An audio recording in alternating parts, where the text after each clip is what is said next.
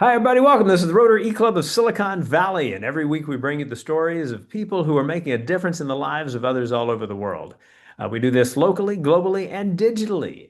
We're part of Rotary International, 1.2 million people and 36,000 clubs around the world, all dedicated to the idea that service is something that allows you to live a far better life than not understanding the joy and meaning that comes from helping others. So if you want to learn more about Rotary, you can go to rotary.org. You can also learn more about our club, an online asynchronous, highly flexible service club, by going to rotary.cool. That'll get you to us. And we hope that you will take a little time to see the different things that we have gathered there, the stories that are likely to inspire you to see possibilities in your own community that you might not have seen otherwise. I'll do a quick introduction. This format today is a little bit different than what we normally do, and all good. First of all, we have also joining us from our club is Scola in San Francisco. Scola, good to see you. I too am in the San Francisco Bay Area. My name is Rushton, and longtime friend of the club, Victoria Griesmüller in Hungary. Victoria, always cool to have you as a part of these. Now, the person I have not introduced is our speaker. Kimberly Haley-Coleman in Texas. And she's going to tell us about work that she's been doing with Globalware. It's exciting stuff. You're going to see some really kind of amazing things along the way. And we are excited to have you tell us about the great work that you have been doing with Globalware over the last, I believe it's 20, 25 years. That's right.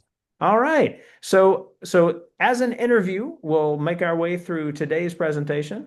Kimberly, start us off by just introducing yourself and tell us a little bit about how Globalware got started. Sure. Right, as I said, as you mentioned, I started this about 25 years ago. I won't go into detail on how it happened, but I will say I just noticed there was a gap between the willingness to serve and the availability of time to serve when looking to travel overseas and abroad. And that's really how this came about. And the philosophy, we're so aligned with Rotary. We really, while we are helping people, the truth is our work starts out changing how people show up, not where they go, because we have 26 short-term 1 week programs all over the world. And we are designing experiences that are the result is really humility, competence, long-term respect, these relationships that change the person serving as much or more than the person we're serving alongside. So while we certainly feel that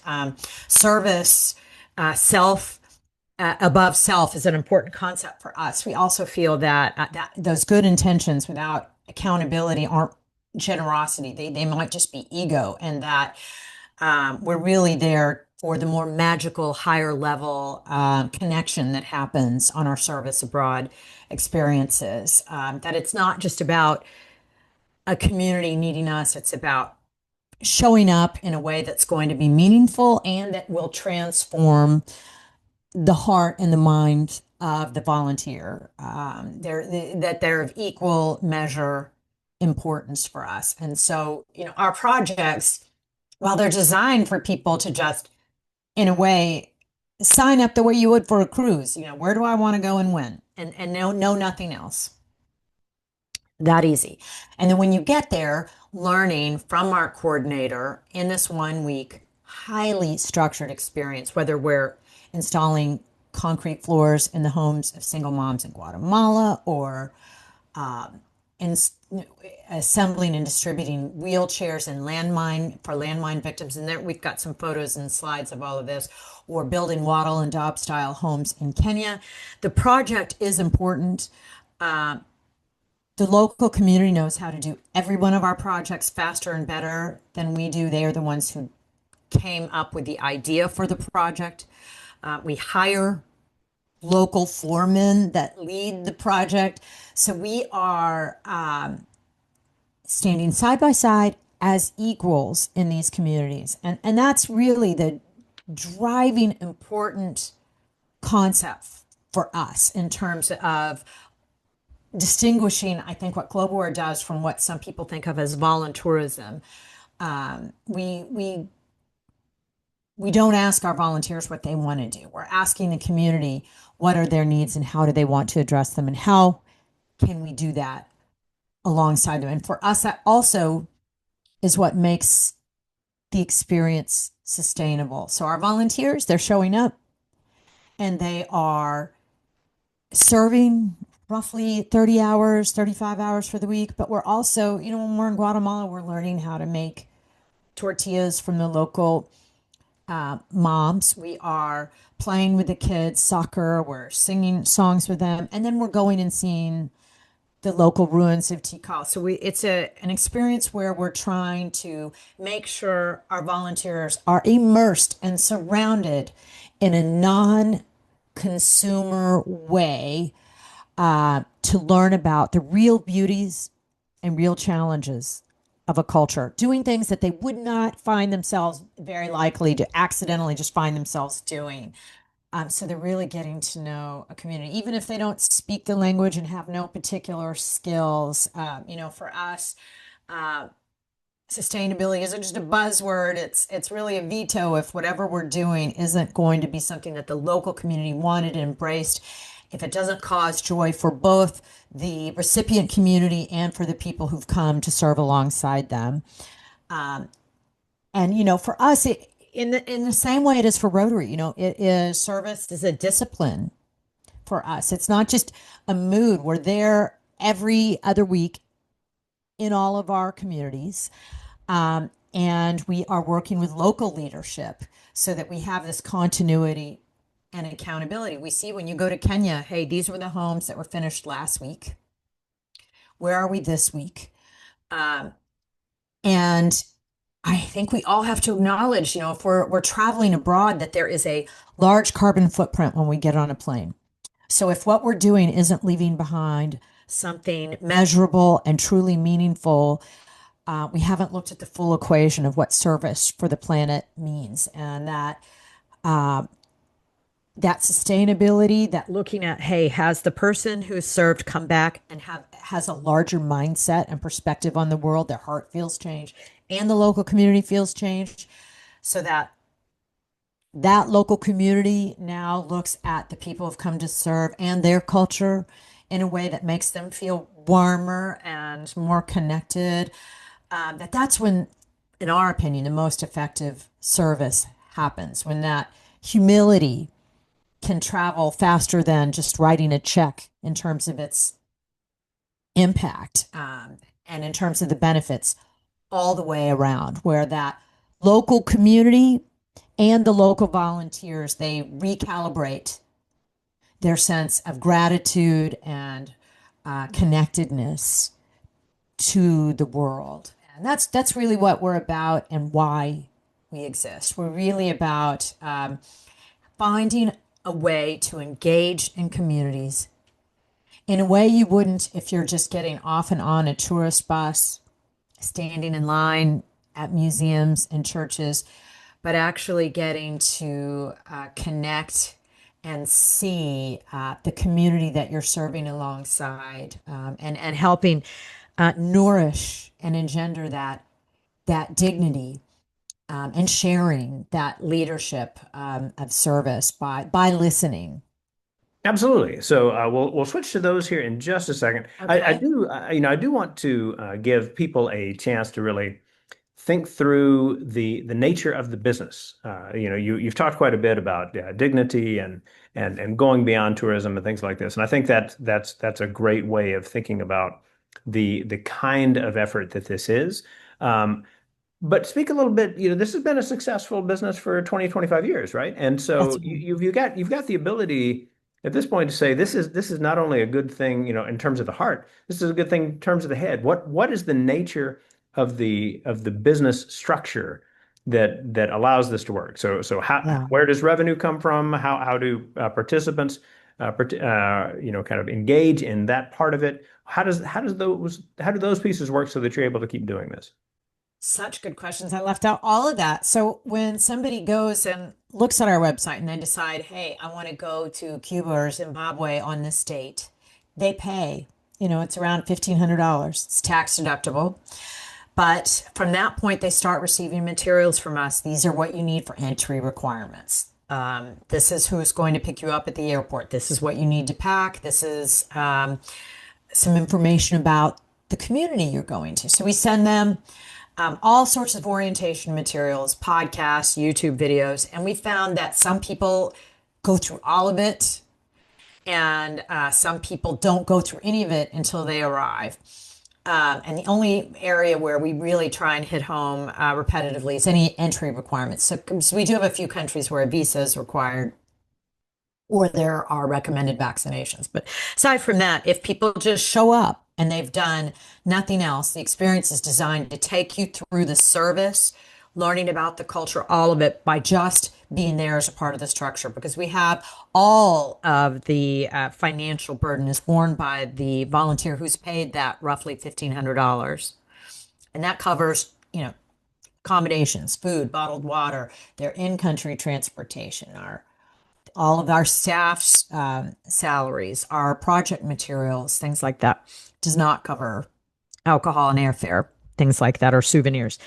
But anyway, in terms of how that project has come about, our coordinator, who is local to that community and is from that community, is always working with the local community every week, whether we're there or not, to go through, okay, this is what we did last week. What do we want to do next week? Is it still working? Do we need to change anything? What is happening that you like? Is there anything that isn't? And so that is our secret sauce. It's that relationship between our coordinators and our local communities that are making sure that our project work not only is still aligned with whatever's needed, but making sure that our project materials are there, that the foremen have been hired and are ready, and that the local community is maintaining that positive relationship with us so that they're happy and grateful and want to see us and want to share their lives with us. This is an experience where the communities where we work generally have so much less materially than our volunteers do, and they almost never have passports or the ability to travel themselves. So in a way, we are bringing the world to them since they are not in a position to go and see the world. So we're really, in terms of mechanics and how we make this work, we rely so heavily on our coordinators. And they are also carrying a structure. So, on the first day, when a volunteer is shown up and our coordinator comes and picks them up and gets them checked into our accommodations and goes through the orientation. So since we do have a huge percentage of people who just, especially those who've been on our programs, they know they can show up and our coordinator is going to take them through the experience, and they will make sure they've gone through, this is what to expect, this is what to wear on the work site, these are the cultural things we're going to start to know.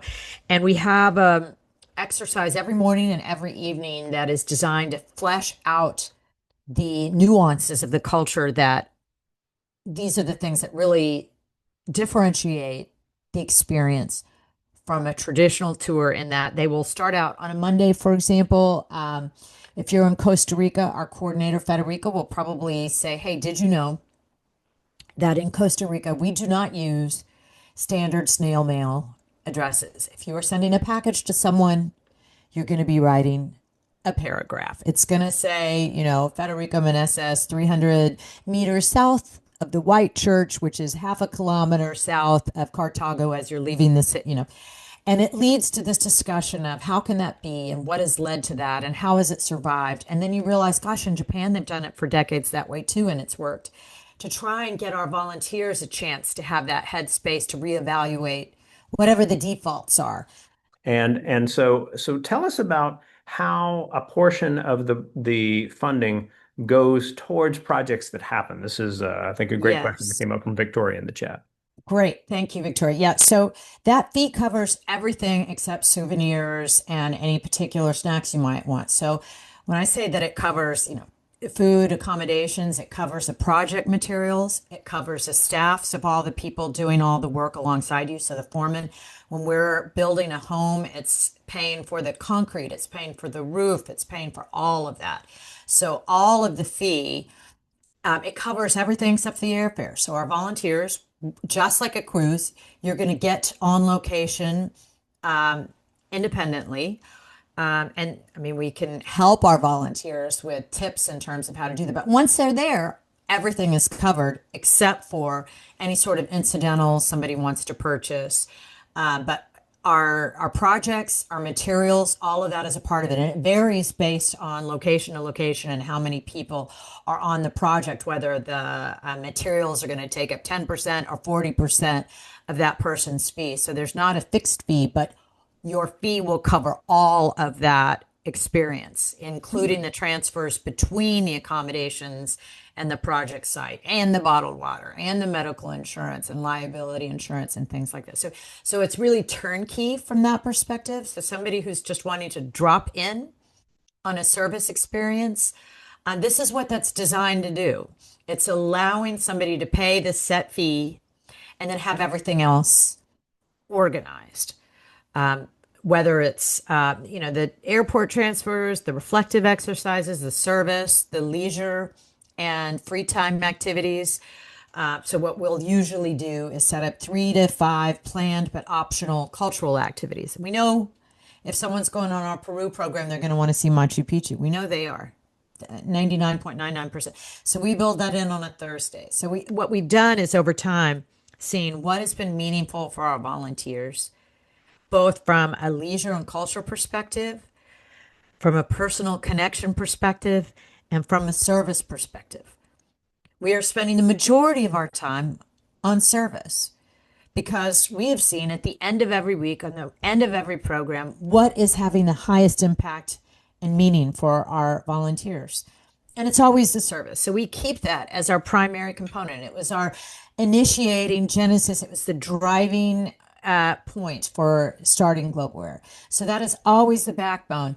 But we do fit in all these other elements, making sure that our volunteers have had that opportunity to see the traditional cultural sites and have access to the local foods in a way that this is not like a cruise where you've got 3,000 people disgorged from a ship all running to the restaurant that's got to serve 300 people in 20 minutes the same 3 foods. This is learning to eat the food that comes from that local culture that we know that our volunteers have liked. We know that people don't want to go and eat monkey brains. We've seen what people enjoy in the cultures, and our point is to make sure our volunteers see the real beauties of a culture. So that experience is intended to encapsulate all of it, the projects, the food, the cultural items, so that our volunteers are going back really invigorated and energized by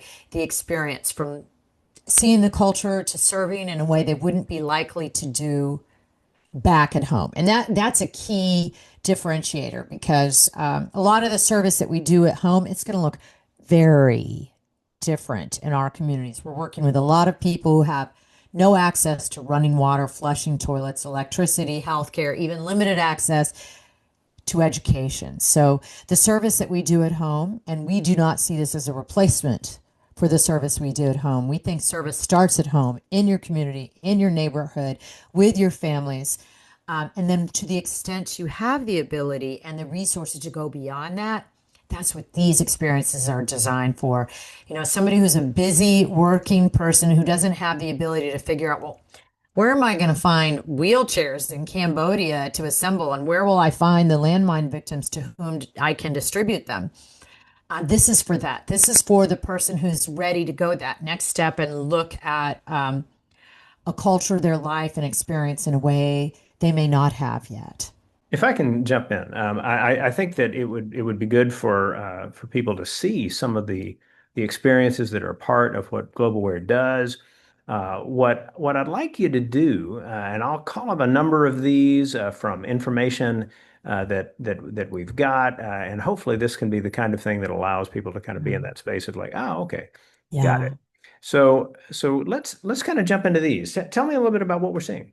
Okay, so this just reminds me how, when you're looking in the eye, a lot of people are like, well, I already support charitable causes. This is not about writing a check. It's about this right here. When you're looking in the eyeballs of a parent where you've just mutually done something to help the child and they feel like they matter, that you were worth getting on a plane and going to and connecting. And then my headspace has changed too, right? This is to me the fundamental value of service, that it's the mutual magic that happens when it's face to face, and that we can lose this in the digital world where we are focused only on, hey, I wrote a check, I did the thing, I'm helping somebody. But if you're not doing some face to face connection while you're serving, we feel you're missing a big piece of it. And I hope that shows in this photo.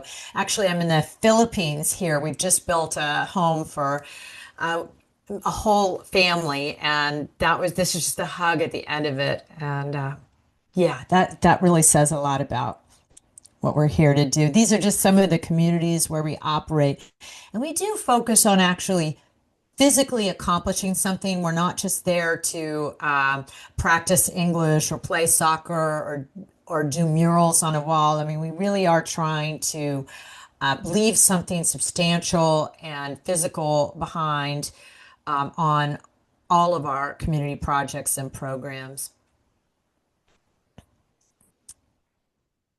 Let's see, So I we think have that, some stuff here about Costa Rica. Maybe we can kind of zero in on this as an example. sure. And I will say that in Costa Rica, we're working. Costa Rica is probably the least needy country of all of the communities where we work, yet they still have physically a lot less than we do. But I will say that they have clean running water and socialized healthcare and medicine. This is a community center we built using prefabricated materials. And most communities in Costa Rica, they don't have anything like this. They have churches and soccer fields, and most of them have some kind of home. The country is really great about making sure, for the most part, that they don't have homeless population. But they don't have that third space. And so here we've got volunteers working alongside locals. And it took us a couple of years to build this, but it has served a lot of purposes. The local community comes here to sell excess produce or any sort of clothing or anything the local community members have made. They also use this as emergency shelter when people have been washed out of their homes. They've got a huge problem with really powerful water in this particular part of Costa Rica outside of Cartago. And so this has become a really solid place. You can see how big it is, how it's able to, and you are only seeing one big room here. We've got lots of little separate rooms we're also using as classrooms for teaching first aid and hygiene for young girls. And as you can see, it's pretty physical work. When we come in, we're putting people, I mean, we did the floors, we did the walls, we did the ceilings, but you can see also the simple structure of that ceiling. We are able to buy the framing and then put on the roofing, and we have local foremen always guiding us. One of the other key pieces I will say here is we are not here to take away paid jobs from local communities. So we pay the guy who's showing us whether or not our concrete is the right moisture content. We are paying them to work alongside us to make sure we're doing the walls correctly and that we're doing the ceiling, that we're lining it up correctly. We don't expect any of our volunteers to have any of these skills. And so that contribution fee that our volunteers have paid, that $1,500, is paying for those people, for the foremen, for all of the local people on set. Whether we're evening out the concrete we've just poured to make a walkway between the church on our right here and the community center on the left. We had built a few bathrooms there in the background. And then there's a wheelchair ramp that goes from down there to the church. So you could see the real physical nature. You can even see the benches that we built here on the left. These are real substantial projects. And we try, and in this case, you can see, and this is a walkway we're making to a playground in the community that's right next to the church. And a part of this is making sure that we are working within that cultural context. So you saw the church, there's a soccer field right below this, and every community in Costa Rica is kind of pulled together by a church, a school, a soccer field, and sometimes a bar. And so we make our projects fit within that core heart of a community so that it's working within a structure that already works. We know everybody every day is going to go by the church, go by the soccer field, go by the school. It's the core of every community. So we make sure our projects fit there. And you see some of the local community members there working with us, and then some of our foremen wearing the Globeware shirt stuff. And then, you in the photo where you can see the local women that we hire to make the food, so they are, from a financial perspective, benefiting from the food that we purchased. We're not buying it from a company. We do have them go through training and safety so that in terms of a food safety perspective, we're making sure our volunteers aren't getting sick. But we are trying in every way possible to make sure we're pulling in the community members. And this is one of our big corporate groups, but so the reason I mentioned earlier that we're there every other week, our groups of 10 to 12 are there every other week. In between, we allow larger groups, school groups, church groups, corporate groups to come so that if they've got 200 people, 250, we accommodate them in the off weeks. And that's an example of one of our big groups here. Right. Well, it's exciting to see so many things happening and give people a chance to really get their feet on the ground in these spots. As we wind down in terms of time, what are some of the things that you would say, or maybe like a specific thing that you would say is the most important thing to have in mind when you think about doing this kind of service, whether it's with Globalware or something similar? Just what is a mental framing that people should have going Oh, into it? goodness. It's such a good question, Russian, because really we feel it starts with setting aside expectations of what you think how things should be done or the schedule. And, in the communities where we work, they're not wearing watches. Many of them don't have phones, so they are not looking at time. And we know that our volunteers usually come at this from a very different perspective, where they're used to that. They're used to looking at what time is it, where should I be, and making sure. So our coordinators there working with our volunteers saying, don't look at your watch. We're gonna eat breakfast at 7. We're gonna leave at 8. There may be some people there working already. Some will be coming throughout the day. And if it rains, everybody's going to stop and have coffee. And it makes some people uncomfortable because they're just thinking, this relentless pursuit of productivity. I want to keep working on. Nope. We're all going to stop because this is what we do. We're in this culture now. And we are going to learn as much from these moments as we are from the work. It's going to get done either way. You don't have to worry about it getting done. It will get done. And we've been doing this over and over. So it's that letting go of some of that relentless pursuit of productivity for the sake of learning about the local community and culture. We have spent years, those first 5, 10 years, looking for who our community partners would be. Now those communities will come to us. So we look for communities that are safe, culturally interesting, already have a grassroots organization that has organized itself around what is it we want to address and how are we going to address it. And once they have that, then we can start our conversation about, okay, culturally, what can we share with one another? How can we meet together? What can we do? We go into communities, frankly, where there are already things that we know a traditional tourist would want to see them. So, we're in Siem Reap because Angkor Wat's there. Costa Rica has a rainforest and hot springs and volcanoes and animals.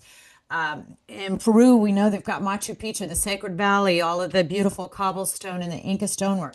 So we are choosing locations that hit all those boxes. There's a community with real need, a real willingness to work with us, a real organization structure where they already know how to work with us and where there's already great things to see. So it takes a whole lot of things for us to decide a community is going to be right for us. We do not work in war-torn areas or places where there's an active disease outbreak.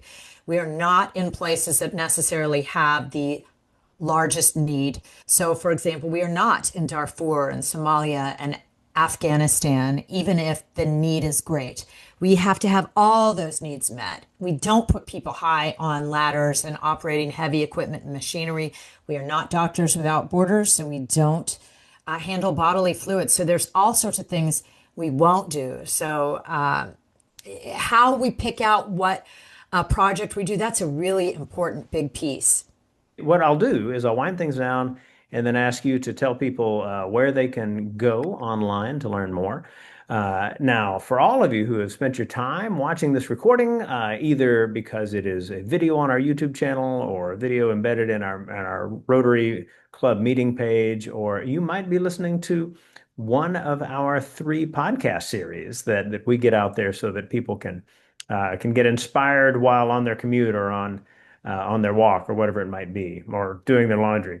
What we hope is that you'll share these stories, that you'll essentially think of friends and family members who need to hear that really cool things are happening in different places around the world by ordinary folks, and that this might inspire you to want to get involved.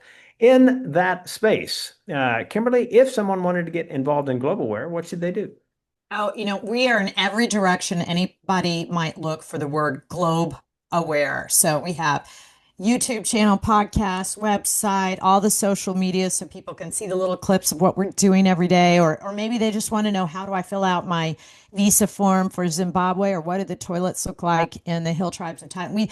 We put that everywhere. So it just starts with Googling globe aware or calling us at 214-824-4562. We are just in every direction you look with those words. And we hope you'll call us because we love talking about, hey, I've never been. Is this right for me? We would love to talk to you. So please do call us. Good deal. And you can find them specifically online at globeaware.org. And we thank you for taking part. Kimberly, we thank you for the presentation. And everyone, we will see you next week.